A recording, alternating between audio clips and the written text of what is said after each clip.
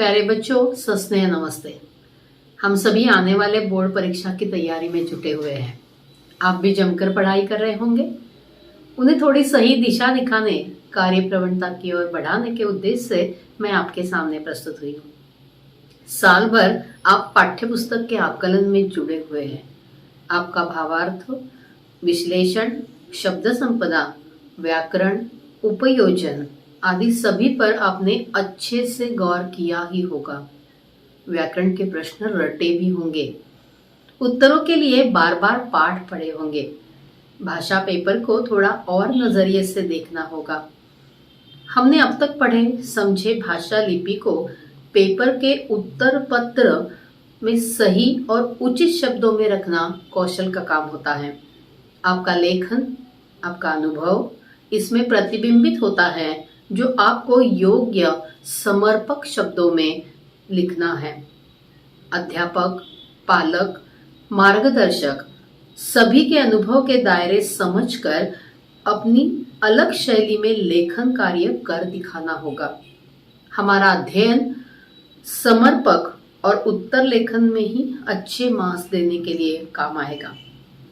याद रहे, हमने लिखे एक एक शब्द को परीक्षक पढ़ेंगे, ऐसा उसका लेखन हमें करना ही होगा। सिर्फ प्रश्नोत्तर तथा आकलन से काम न होगा। व्याकरण पूरा सही लिखना होगा। उपयोजित लेखन में अपनी शैली, मुहावरेदार भाषा तथा कौशल दिखाना होगा। इसके लिए लेखन सराव की अपेक्षा है, जो आप आज से ही कर सकते हैं। इसलिए देखते हैं कि हमारा पेपर पैटर्न कैसा है, जो हमें पूरा ज्ञात होना अपेक्षित है। गद्य विभाग में 20 अंक के प्रश्न दिए जाएंगे। पूरक पठन में 8 अंक के प्रश्न हैं।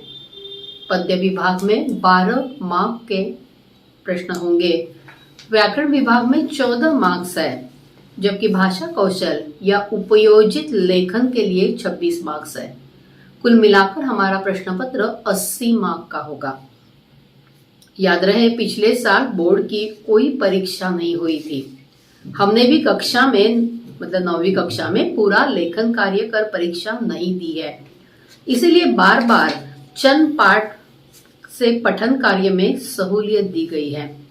प्रथम इकाई के पाठ 2 लक्ष्मी, पाठ 5 गोवा जैसा मैंने देखा, पाठ 7 खुला आकाश, पाठ 11 कृषक का गान तथा दूसरी इकाई में पाठ 3 श्रम साधना और पाठ 8 अपनी गंध नहीं बेचूंगा, इन सभी को प्रश्नोत्तर के लिए छोड़ दिया गया है। कुल 6 पाठ नहीं है और प्रश्नोत्तर के लिए, इसलिए इसका भाषा अध्ययन जरूर करना होगा। व्याकरण की दृष्टि से ये सभी पाठ हमें बारीकी से पढ़ने की अपेक्षा इसमें उद्धृत है। गद्य विभाग में 2 पठित और 1 अपठित पाठों पर प्रश्न दिए जाएंगे, अर्थात पैराग्राफ के जरिए ही प्रश्न के उत्तर देने हैं। आकलन प्रश्न के लिए भाषा ज्ञान, प्रभावी वाक्य रचना तथा समर्पकता उसके लिए बहुत जरूरी है। 2 अंकों के लिए 5-6 वाक्य लिखना आपसे अपेक्षित है। ये सभी वाक्य आपके अपने बनाए होंगे तो ज्यादा बेहतर होगा, क्योंकि परीक्षक रटी रटी भाषा के अलावा अपने जरिए समझकर लिखे हुए वाक्यों को अधिक मार्क्स देने का काम करते हैं। पद्य विभाग में एक मध्ययुगीन पद्य तो एक आधुनिक पद्य पर प्रश्न पूछे जाएंगे। इसमें भी अभिव्यक्ति का प्रश्न होगा, जिसका उत्तर 25 से 30 शब्दों में, अर्थात 4 या 5 वाक्यों में लिखना ही अपेक्षित है। इसके विश्लेषण के प्रश्न इस बार छोड़ दिए गए हैं, इसलिए उसकी ओर गौर करने की जरूरत नहीं। पूरक पठन में आकलन और अभिव्यक्ति के 2-2 अंक के प्रश्न पूछे जाएंगे, जिसमें 3 या 4 वाक्य अपेक्षित है। याद रहे, पूरक पठन के पाठ हमारे पाठ्य पुस्तक में समाविष्ट है, जिस पर ही प्रश्न दिए जाएंगे। भाषा अध्ययन में व्याकरण में 14 अंक के प्रश्न होंगे, जिसमें शब्दभेद में अव्यय अलग, संज्ञा, सर्वनाम और विशेषण इस पर प्रश्न दिए जाएंगे, जिसमें से एक आपको पूरा करना है। याद रहे, इन सभी भाषा अध्ययनों में अलग से प्रश्न देने का कार्य किया गया है, क्योंकि हर एक के लिए एक एक मार्क स्पेसिफिकली रखने का कार्य बोर्ड ने किया। संज्ञा, सर्वनाम और विशेषण में से जो वाक्य दिए गए होंगे उसमें से एक आपको पहचानना है जिसको लिखने की अपेक्षा है। अंडरलाइन किए हुए या अधोरेखित किए हुए शब्द कौन सा है ये पहचानना और उसके सामने उसका भेद लिखना, इसके लिए 1 मार्क होगा। अव्यय, इसी प्रकार से 2 वाक्य दिए जाएंगे। अव्यय होगा या फिर वाक्य में से एक अव्यय दिया जाएगा, जिसके लिए अव्यय का वाक्य प्रयोग करना या दिए हुए वाक्य में से अव्यय को पहचानना, इसके लिए 1 मार्क है। दोनों में से कोई भी काम आप कर सकते हैं। संधि में से भी ये 2 में से एक आपको पूरा करना है। संधि कौन सी है ये पहचानना है और संधि विग्रह करके देने का कार्य भी आपको करना होगा। दोनों में से कोई भी एक काम आप कर सकते हैं। सहायक क्रिया मूल रूप के साथ लिखनी अपेक्षित है। वाक्य दिए जाएंगे और उसमें होने वाली सहायक क्रिया को उसके मूल रूप के साथ आपको लिखकर दिखाना पड़ेगा। जैसे मैंने उसे हमेशा देखना चाहा। अब हमेशा तो कोई क्रिया नहीं है, देखना चाहा में देखना उस वाक्य की मुख्य क्रिया है और चाहना उसकी सहायक क्रिया। हमेशा याद रखें, सहायक क्रिया दूसरे क्रमांक पर आती है और इसलिए इसमें चाहा, चाहना ये सहायक क्रिया का रूप है। प्रेरणार्थक रूप में दोनों प्रेरणार्थक रूप लिखने पड़ेंगे। 2 क्रियाएं दी जाएगी या फिर क्रिया में से एक रूप लिख कर दिया जाएगा। बचे हुए 2 आपको लिखने पड़ेंगे। उसमें मूल क्रिया लिखना भी आपको आना अपेक्षित है। इसमें से 1 अंक के लिए मार्क्स होंगे। मुहावरे या तो अर्थ लिखकर वाक्य में प्रयोग करने के लिए या दिए हुए वाक्यों में से उचित मुहावरे का चयन करके उस वाक्य को पूरा करने के लिए पूछा जा सकता है, जिसके लिए मुहावरे के लिए 1 ही मार्क है, लेकिन चयन करने के लिए 1 मार्क है। कारक पहचानना, 8 कारक है। आप साल भर में इसे पढ़ने का काम किया ही होगा। इन 8 कारकों को दिए हुए वाक्यों में से पहचानने का काम आपको करना पड़ेगा। याद रहे कि भेद लिखना बहुत जरूरी है। सिर्फ कारक पहचानने का काम नहीं करना है, तो वो कौन सा कारक है, उसका भेद कौन सा है, ये भी लिखना अपेक्षित है। विराम चिन्ह के वाक्य दिए होंगे, जिसमें कम से कम 2 विराम चिन्ह उचित लगाकर आप दिखाएंगे तो आपको पूरा 1 मार्क मिल जाएगा। हो सकता है कि दिए हुए दोनों वाक्यों में 2 से ज्यादा विराम चिन्ह लगाने की अपेक्षा है। जैसे हम हमेशा देखते हैं कि वाक्य के अंत में हिंदी में दंड दिया जाता है। अब दंड की अपेक्षा आपने उसके अलावा जो दिए हुए या दिखाई देने वाले 2 विराम चिन्ह हैं, स्वल्प विराम है, अल्प विराम है, डैश है, हाइफन है, ये सभी दिखाएंगे तो उसके लिए मार्क्स देने की अपेक्षा की जाएगी। दोनों में से 1 वाक्य कम से कम पूरा करिए, जिसके लिए मार्क है 1। काल परिवर्तन में भी इसी प्रकार से 3 में से 2 वाक्य आपको पूरे करने हैं। काल परिवर्तन करने के लिए वाक्य को बदलने की अपेक्षा है। हम जानते हैं सामान्य तौर पर वर्तमान काल, भूतकाल और भविष्य काल, इनके 3 अलग अलग उपभेद हैं जिसको आपको पूरा करके दिखाना पड़ेगा। उसमें दिया होगा कि आपको उसे किस भाव में, किस काल में परिवर्तित करना है, जिसके लिए 2 अंक है। 3 वाक्य के तीनों पूरे करेंगे तो ज्यादा बेहतर होगा। वाक्य भेद दिए होंगे, इसमें अर्थ, परिवर्तन या भेद, इसे पहचानना होगा।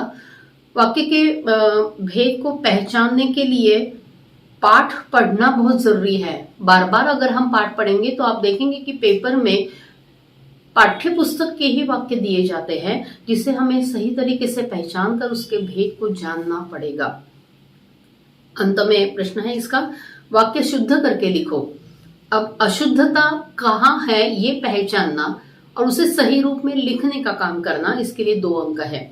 याद रहे, पूरा भाषा अध्ययन वाला हिस्सा हमें पूरे के पूरे मार्क्स देने की अपेक्षा करता है और इसलिए हमें ये काम साल भर या अभी भी 1 महीने के अंदर पूरा करना होगा, जिसके लिए आपको 14 के 14 पूरे अंक मिल सकते हैं।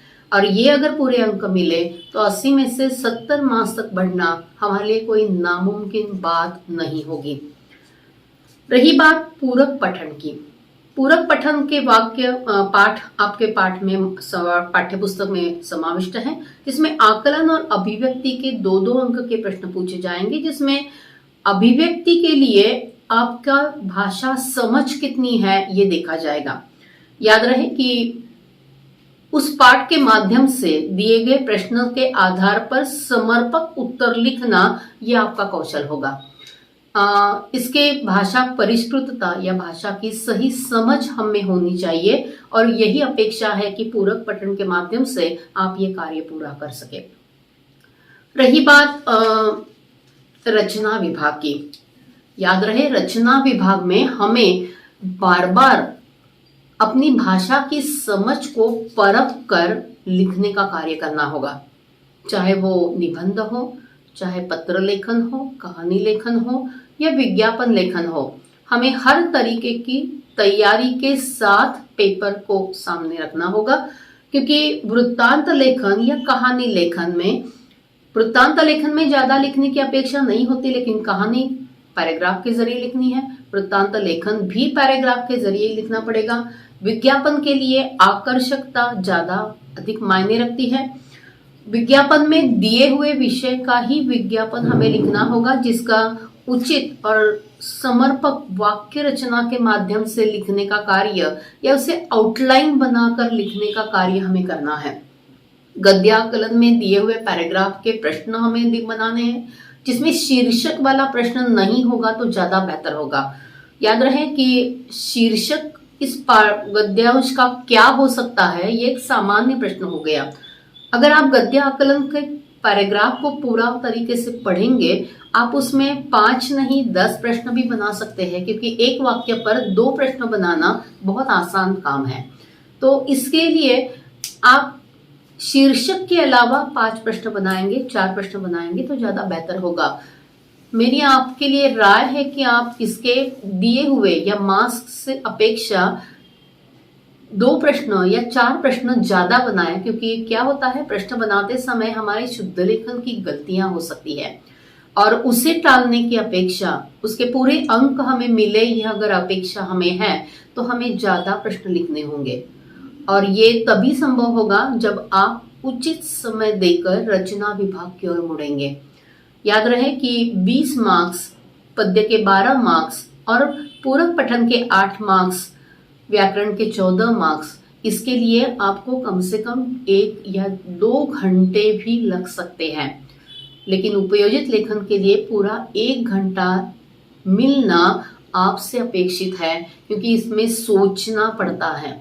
निबंध लेखन के विषय को मुहावरेदार भाषा के माध्यम से लिखने के लिए हमें उसके बारे में सोचना बहुत जरूरी होता है। सबसे पहले हम पेपर जबकि चेक करते हैं उस समय ही हम रचना विभाग की ओर गौर करें कि निबंध के कौन से विषय दिए गए हैं और हमें उसे कैसे लिखना पड़ेगा। चंद शब्द, चंद मुहावरे, चंद कविता की पंक्तियां अगर हम क्वेश्चन पेपर के पिछले पन्नों पर पेंसिल से लिख कर रखेंगे तो निबंध लिखते समय इसमें दिक्कत नहीं होगी। याद रहे, हाँ, ये काम हमें पेंसिल से ही करना होगा। अगर उत्तर पत्रिका में भी आप पेंसिल से लेखन करेंगे तो इसकी ओर गौर करने का कार्य परीक्षक जरूर करेंगे। याद रहे कि हमने लिखी हुई कविता की पंक्तियां, विषय से संबंधित मुहावरे अगर वो कहीं अन्य जगह पर देखते हैं तो उसके लिए भी अंक देने का कार्य वो जरूर करेंगे, अगर आपने उसे निबंध में उद्धृत नहीं किया है तो भी। कोटेशन के माध्यम से निबंध लेखन आसान हो जाता है। अगर आपसे अपेक्षा है कि 7 मार्क के लिए आप 1.25 पन्ना या 1.5 पन्ना निबंध लिखने का कार्य करें तो विषय से संबंधित कम से कम 5 पैराग्राफ बनाना बहुत आवश्यक है। ये 5 पैराग्राफ के माध्यम से अगर निबंध हम लिखेंगे तो उसमें पैराग्राफ के वाक्य रचना को और भी गौर करना पड़ेगा। मुहावरेदार भाषा तभी संभव है जब हम बार बार हिंदी पढ़ने का काम करेंगे, और इसके लिए बहुत जरूरी है कि पाठ्य पुस्तक के सभी मुहावरे, इससे पहले पढ़े हुए सभी मुहावरे, कविता की, देशभक्ति पर गीतों की कविताएं हमें याद रहे, ताकि हम उसका उल्लेख अपने निबंध में जरूरत होने पर जरूर कर सकेंगे। पत्र लेखन में आसान काम है, क्योंकि पत्र या तो औपचारिक या अनौपचारिक पत्र लेखन की पद्धति बदल दी गई है। आप जानते हैं एक और से ही पत्र लिखना होता है, जिसके लिए 5 अंक है। अब 2 में से एक पत्र लिखना है तो औपचारिक पत्र लिखने का कार्य हम करें या अनौपचारिक मुद्देसूद या पैराग्राफ के माध्यम से ही पत्र लिखना होगा। अगर हम अपने किसी बड़े भाई को या किसी चाचा को पत्र लिख रहे हैं, किसी वजह से किसी को हम अभिनंदन करने के लिए पत्र लिख रहे हैं, तो उसमें कम से कम 3 पैराग्राफ अपने वाक्यों के जरिए लिखने पड़ेंगे। इससे बेहतर है कि आप अनौपचारिक पत्र लिखें, औपचारिक पत्र लिखें, ताकि जिसमें दिए हुए विषय से संबंधित कॉलम बनाकर भी आप लिखने का काम कर सकते हैं। जैसे कि किताबों की मांग की गई है, या फिर किसी से हमने खेल की सामग्री मंगाने का कार्य किया है, या फिर किसी को अगर हमने चीजें मंगाने का काम करते हैं, ये भेजिए वो भेजिए, तो वो कॉलम के माध्यम से अगर आप लिखेंगे तो ज्यादा बेहतर होगा। पत्र लेखन में मायना मतलब ऊपर लिखा हुआ पता, और नीचे लिफाफा आजकल हम बनाते नहीं हैं, उसके लिए हमने नीचे साइन के नीचे पता लिखने का कार्य होता है। याद रहे कि इसके लिए अलग अलग से मार्क्स पत्र लेखन के माध्यम से दिए जाते हैं। तो उचित पत्र लेखन ये कला है जिसे हमें समझना ही होगा और बार बार लेखन का कार्य भी कर देखना होगा। वृत्तांत लेखन में कोई भी कार्यक्रम समारोह हो जाने के बाद उसका वृत्तांत लेखन का कार्य हमें करना होता है। याद रहे कि ये पूरी भाषा भूतकाल के द्वारा लिखी जाएगी। मतलब इस प्रकार का कार्यक्रम, ये समारोह घटित हुआ, इस तरीके का वाक्य रचना का करने की अपेक्षा है। वृत्तांत लेखन में भी पैराग्राफ बहुत जरूरी है। परिष्कृत भाषा लिखनी होगी जिसमें मेरी ओर से मेरे मन के विचार कहीं न झलके। याद रहे ये बात हम कहानी लेखन में जरूर कर सकते हैं। दी हुई कहानी जो मुद्दों के आधार पर है या शीर्षक के आधार पर है या फिर किसी शब्द के जरिए लिखने के लिए कही गई है, फिर भी हमें उसमें अपनी बातें जोड़ने का कार्य हम आसानी से कर सकते हैं। लेकिन वृत्तांत लेखन में ये बात संभव नहीं है। दिए हुए विषय पर ही हमें ये काम करना पड़ेगा। विज्ञापन लेखन में आउटलाइन मैप बनाकर विज्ञापन बनाइए। पेंसिल से आउटलाइन मैप बनाएंगे तो ज्यादा बेहतर होगा, ताकि हम इसे अगर नहीं समझ में आया, उसमें लिखने का हमें काम नहीं आया, तो हम उसे मिटा सकते हैं या फिर से बना सकते हैं। विज्ञापन लेखन इसलिए जरूरी है, एक तो कंपलसरी क्वेश्चन है, उसको कोई ऑप्शन नहीं होता।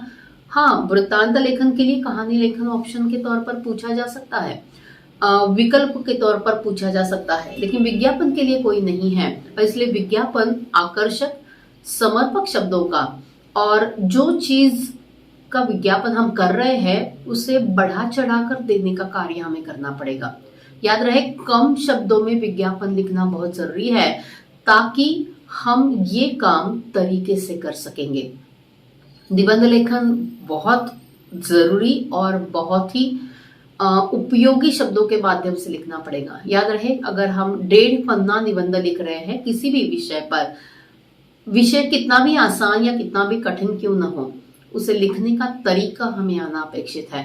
और पढ़ते समय परीक्षक को ये तरीका पसंद आना भी बहुत जरूरी है। याद रहे कि निबंध के विषय बहुत आसान होते हैं, आपके पाठ्यपुस्तक से जुड़े होते हैं, आपके रोजमर्रा के जीवन से जुड़े होते हैं, सामाजिक तौर पर जो भी कार्य हमने इससे पहले किया हुआ है उससे जुड़े होते हैं। अब उसके बारे में जितनी भी जानकारी हमारे पास है उन सभी को उचित शब्दों के माध्यम से उसमें रखना ये कौशल का काम है जो हमें करना ही होगा। इसलिए मैंने कहा कि जो भी मुहावरे हमने साल भर में पढ़े हुए हैं या इससे पहले पढ़े हुए हैं, उन सभी की एक सूची बना लीजिए, अपने पास रखिए, जिसे बार बार देखने का काम हम करेंगे।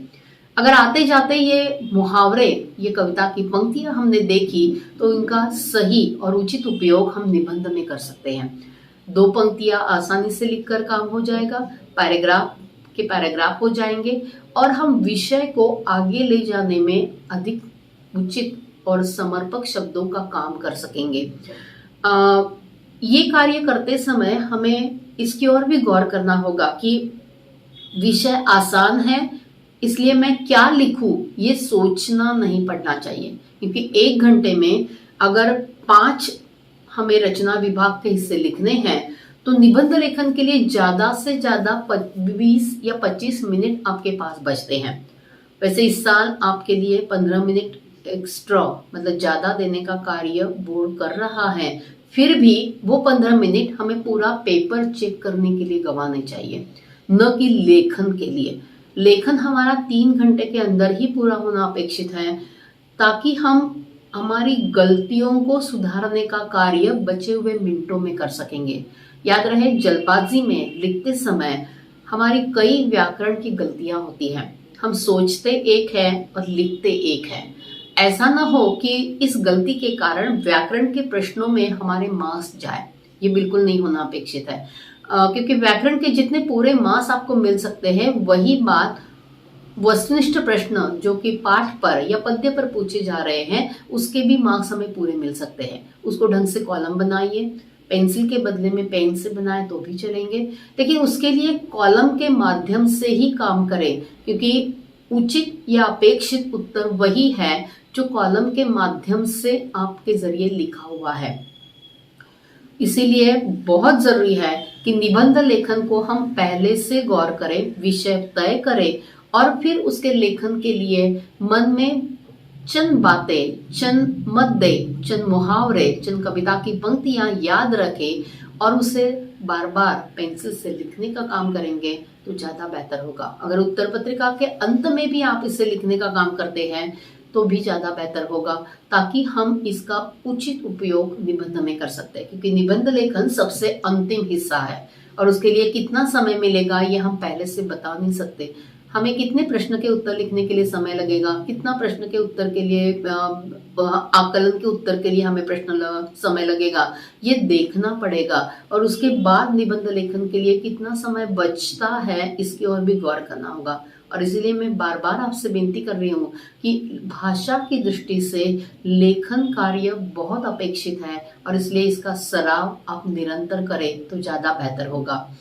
मेरे पास आपके लिए निबंध लेखन के चंद हिस्से तैयार हैं, लेकिन मैं इसे पढ़कर सुनाने का काम आपको कर सकती हूँ, लेकिन फिर भी मेरी अपेक्षा है कि आप इसे खुद लेखन के लिए कार्य करें। लेखन इसलिए जरूरी है क्योंकि हम बार बार किसी भी विषय को जब गौर करते हैं तो सोचते ज्यादा है लेकिन लिखते बहुत कम है।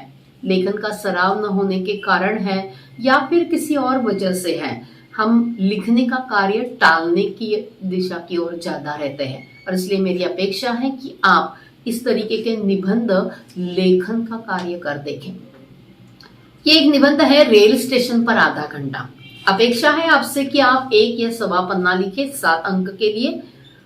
ये निबंध आपको सिर्फ दिशा दिखाने का कार्य कर रहा है। अपेक्षा नहीं है कि आप इसे ही रट कर लिखने का कार्य करें, लेकिन इस तरीके का जो हिस्सा आपने अनुभव किया होगा उसे लिखने का काम हम जरूर करें। मेरे चाचा जी पहली बार गांव से बम्बई आ रहे थे। उन्हें लेने के लिए मैं अपने एक दोस्त के साथ स्टेशन पहुंचा। वहां का माहौल, चहल पहल देखकर मैं हैरान रह गया। स्टेशन पर बहुत भीड़ थी। आने वाले, जाने वाले, उनके साथ होने वाले सभी स्टेशन पर आ जा रहे थे। चाय, पकौड़े, वड़ा तथा अन्य खाद्य पदार्थों के स्टॉल पर भी बहुत बड़ी भीड़ थी। पेपर, मासिक पत्रिकाएं, किताबें बेचने वाले यहाँ वहां दौड़ लगा रहे थे। गाड़ी प्लेटफॉर्म पर आते ही भीड़ और आवाज बढ़ती जाती थी। 2-3 जगह पर भिखारी भी अपना अड्डा जमा कर बैठे हुए थे। भीड़ की आवाज, गाड़ी के चलने की आवाज, लोगों का कोलाहल, सभी की मिलीजुली आवाज से शोर शराबा बहुत बढ़ गया था। हमारे चाचा जी की गाड़ी आने के लिए बहुत समय था, इसलिए वहां रुकने के अलावा और कोई चारा नहीं था। न्यूज़पेपर और एक मासिक पत्रिका लेकर हम दोनों वहीं पर खड़े रहकर वातावरण को निहारते रहे। कुली बहुत भाग दौड़ कर सामान उठा उठा कर चल रहे थे। रेल स्टेशन के इस कोलाहल को 1 घंटे भर तक हम सहे रहे। चाचा जी के आने के बाद लगभग 2 घंटे वही गंवाकर हम घर पहुंचे। याद रहे, रेल स्टेशन के लिए होने वाला माहौल, रेल स्टेशन पर होने वाली आवाजें, वहां बिकने वाले पदार्थ, इन सभी का उल्लेख इस निबंध में होना बहुत जरूरी है। आपने उस आधे घंटे में क्या किया ये इसमें अपेक्षित है। इसलिए इस तरीके का जो भी अनुभव आपने किया होगा उससे लिखने की अपेक्षा आपसे है। निबंध में खास तौर पर आत्मकथाएं पूछी जाती हैं। आत्मकथा लेखन बहुत आसान है बच्चों, क्योंकि इसमें जो भी जिसकी भी आत्मकथा लिखनी है वो स्वयं अपनी कथा जन्म से बताता है। याद रहे, इसमें मृत्यु का शोक नहीं होता, क्योंकि मृत्यु तक की कल्पना तक हम ये लिखने का कार्य करते हैं। बेजान चीजों को भी हम लिखने का काम करते हैं, जैसे रास्ता है, जूते हैं, फटी किताब है, वगैरह वगैरह। लेकिन जो भी चीज है, आत्मकथा लिखने का काम आप जरूर करें, क्योंकि ये लिखने के लिए बहुत आसान होता है और आपको इसमें अपना अनुभव रखना भी बहुत आसान होता है। यह है मुरझाए फूल की आत्मकथा। अरे जरा धीरे से तोड़ो ना, मैं कितना कोमल हूं। आप ऐसे करेंगे तो मैं अभी टूट कर बिखर जाऊंगा। आप क्या सोचते हैं, हम खूबसूरत दिखते हैं तो आप हमें ऐसे ही तोड़कर वहीं फेंक देंगे? जरा संभल कर, हम भी जीना चाहते हैं। कितनी मुश्किलों के बाद यह जीवन हमने पाया है। माली के रहम पर हमने जिंदगी पाई। कली के रूप में स्वतंत्रता का अनुभव किया। खूब झूमे, झूले, जिंदगी को नजदीकी से देखा। समय पर खान पान, देखभाल की वजह से अन्य भाई बहनों के साथ मैं जीवन में आगे बढ़ता रहा।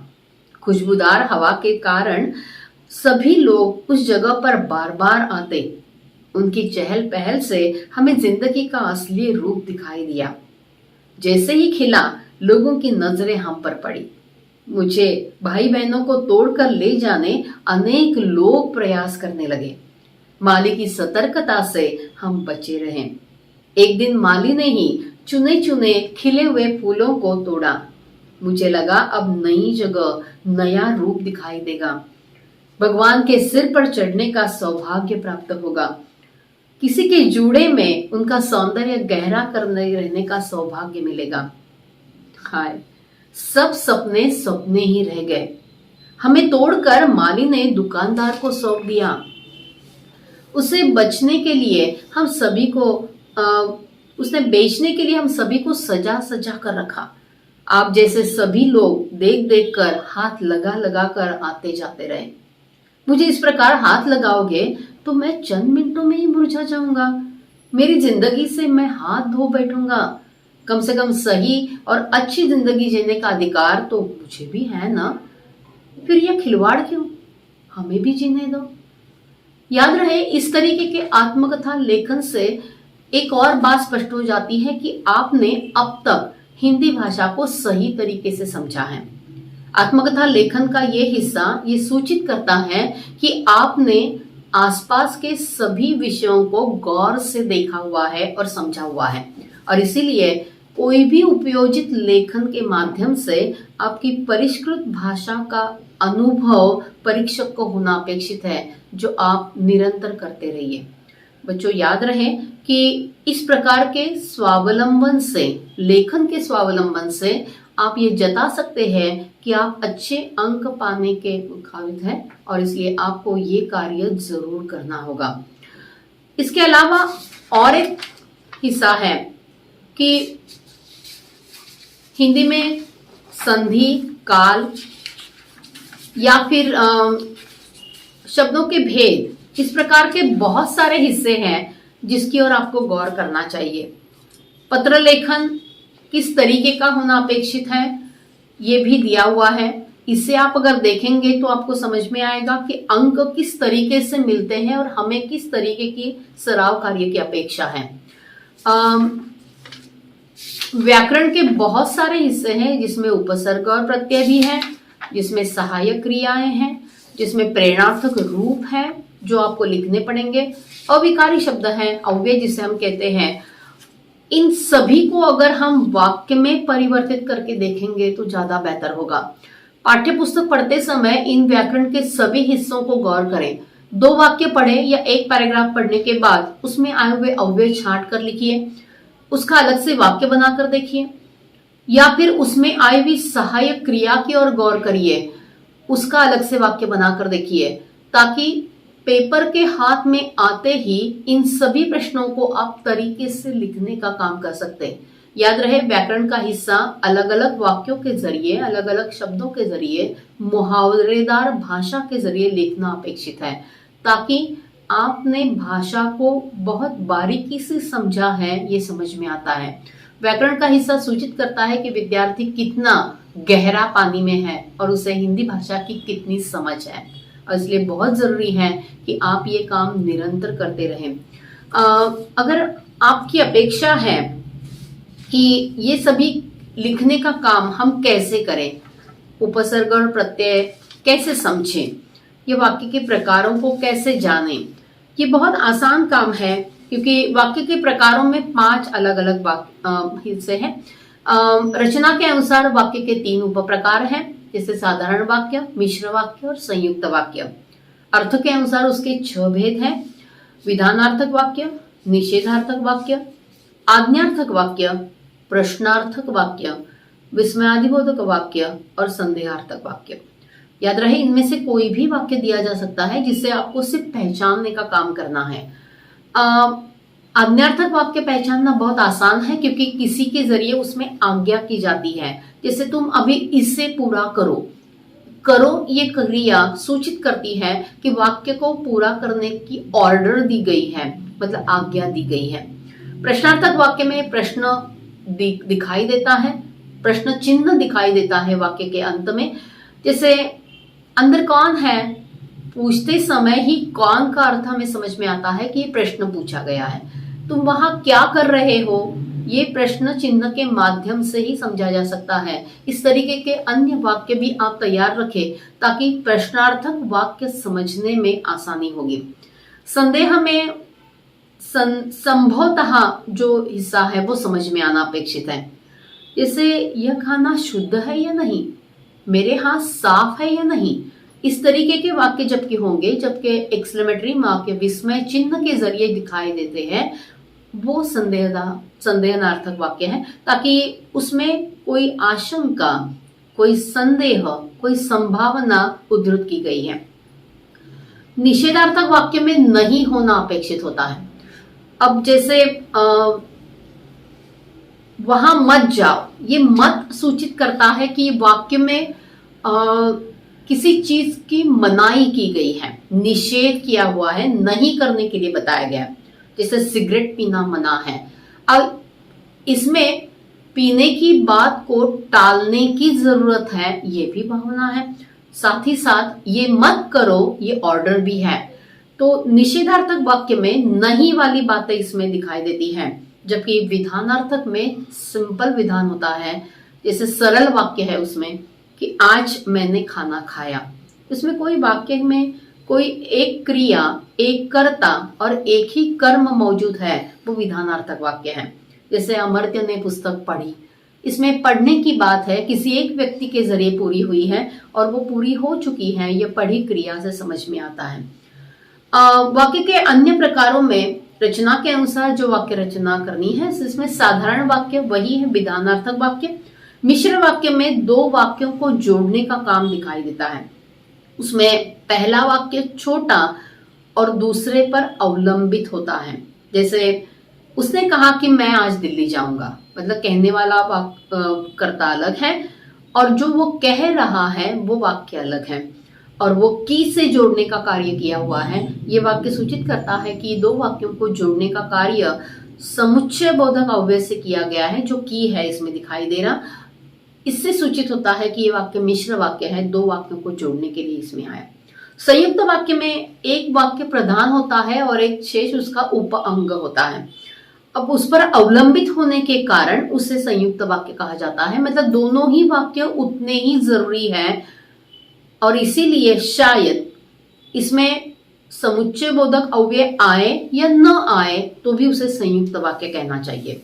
तुम मेरे कहने पर चलते रहे इसलिए सफल हुए, मतलब मेरा कहना भी तुमने माना और तुम सफल भी हुए, दोनों ही जरूरी है और इसलिए से जोड़ा हुआ ये वाक्य संयुक्त वाक्य कहलाता है।